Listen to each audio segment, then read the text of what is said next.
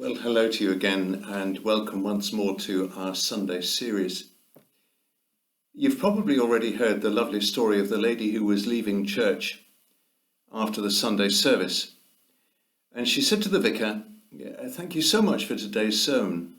It was really practical and it helped me a lot in my present circumstances." "Oh," said the vicar in reply, trying to be humble, It wasn't me, it was the Lord." To which the woman replied, "Oh, gracious me, vicar, it wasn't that good." We try to be self-effacing, don't we? We know that we should.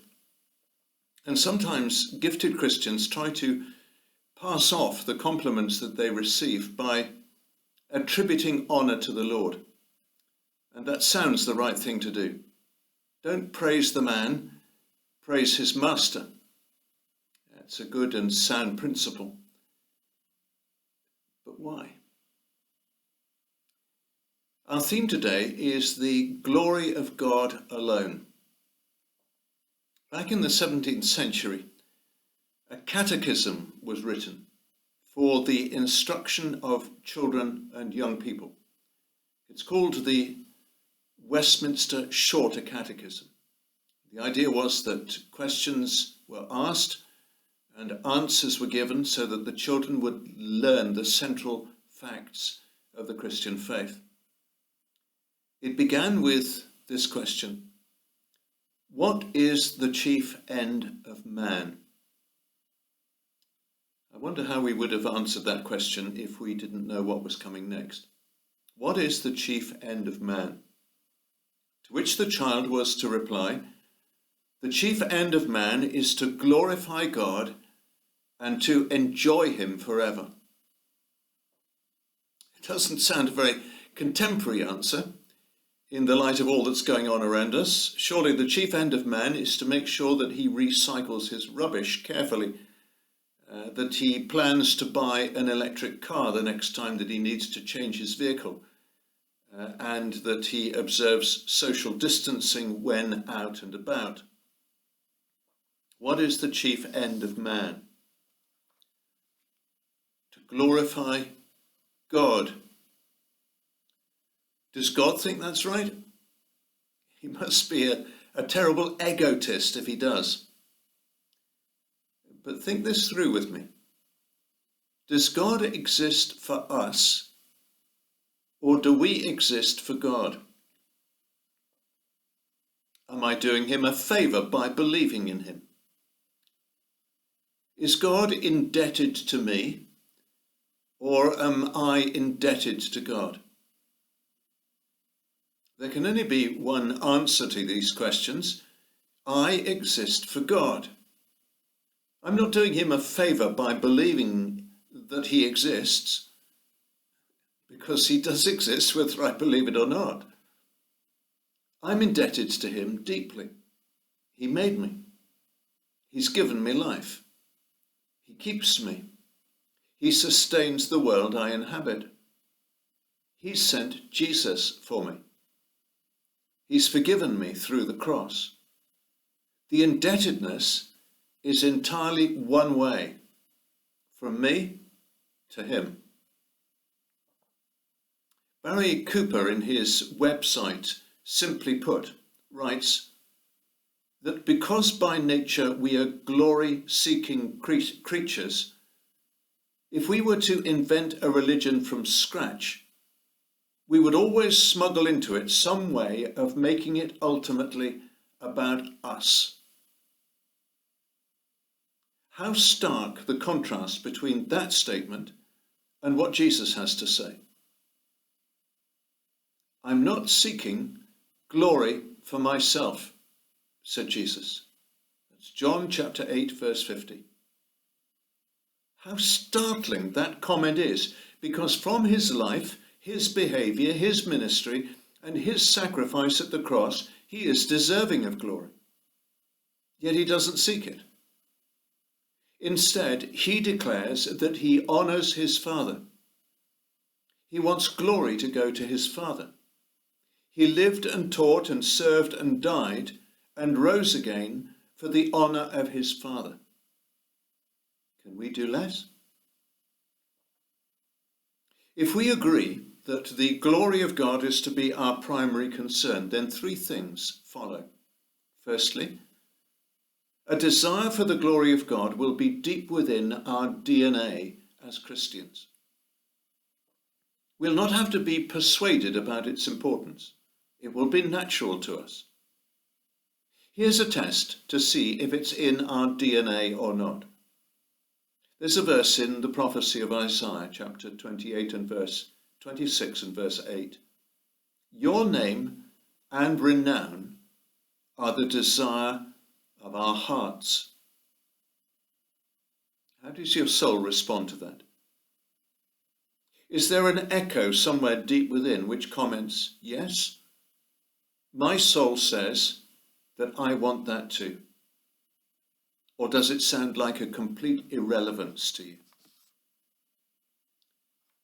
Your name and renown are the desire of our hearts. How often have we said, or heard it said, I won't have anyone say anything against him or against her? That's often a response to criticism.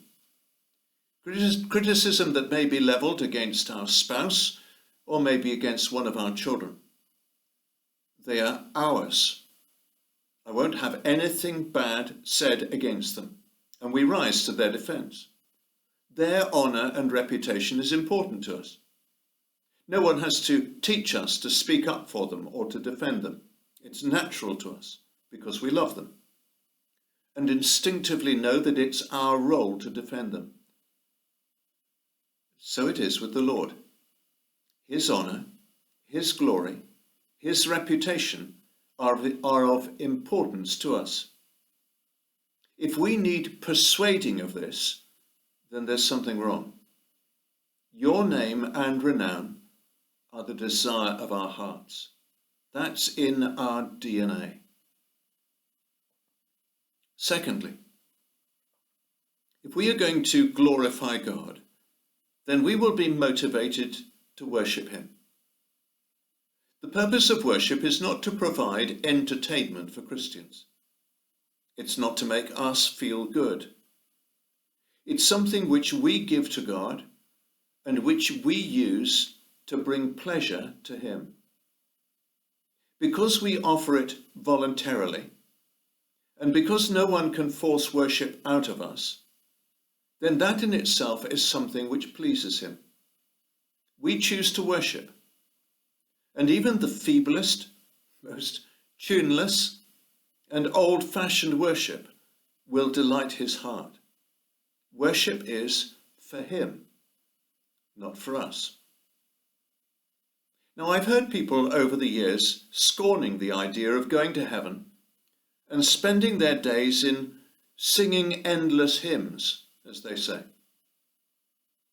Yet every time we get a peep into heaven, whether it's in the Old Testament or in the New, we see exactly the same thing. Worship is happening. The residents of heaven are completely absorbed with God. He's the focus and centre of everything that is happening in heaven. All of us at some stage or another in our lives have been overtaken by a moment. Perhaps it was a piece of music, or a spectacular landscape, or the company of someone we love. And we've said, I want this moment to last forever. We'll be overtaken by that moment when we get to heaven. And it will last forever. Thirdly, not only is this something that is in our DNA to seek the glory of God, not only is it something that we offer to God in our worship, but thirdly, if we are going to glorify God, then we're going to seek to live for his honour, just as Jesus himself was doing. Most of us will have heard an accusation levelled at a person who has fallen to some kind of temptation. And the accusation concludes with these words, "And he calls himself a Christian." In other words, everyone expects higher standards of holiness and behaviour from those of us who declare ourselves to be his disciples. And we understand, of course, why it's true. In ancient times, there was a bit of a debate going on in the church about whether or not it was right for Christians to eat meat which had been offered in a sacrifice to an idol. Some said you shouldn't do it because it's a compromise with paganism. Others said the idols are just bits of wood and stone and therefore of no significance, so it doesn't matter if you eat the meat. The Apostle Paul said, "You're entirely free to decide for yourself whether you're going to eat it or not. Either course of action is acceptable, but," he adds, "do all to the glory of God." Whether you eat it or don't eat it, let your decision be motivated by the glory of God. That's our objective. We aim to ensure that we bring honour, not dishonour, to his name by the decisions that we make and by the way that we live. We live for his glory so as to bring credit and not discredit to him and his reputation in the world. Let me conclude with one of Paul's doxologies, one of his statements of praise. It's from Romans chapter 11. "Oh, the depth of the riches of the wisdom and knowledge of God! How unsearchable his judgments and his paths beyond tracing out! Who has known the mind of the Lord? Or who has been his counselor? For from him and through him and to him are all things. To him be the glory forever. Amen."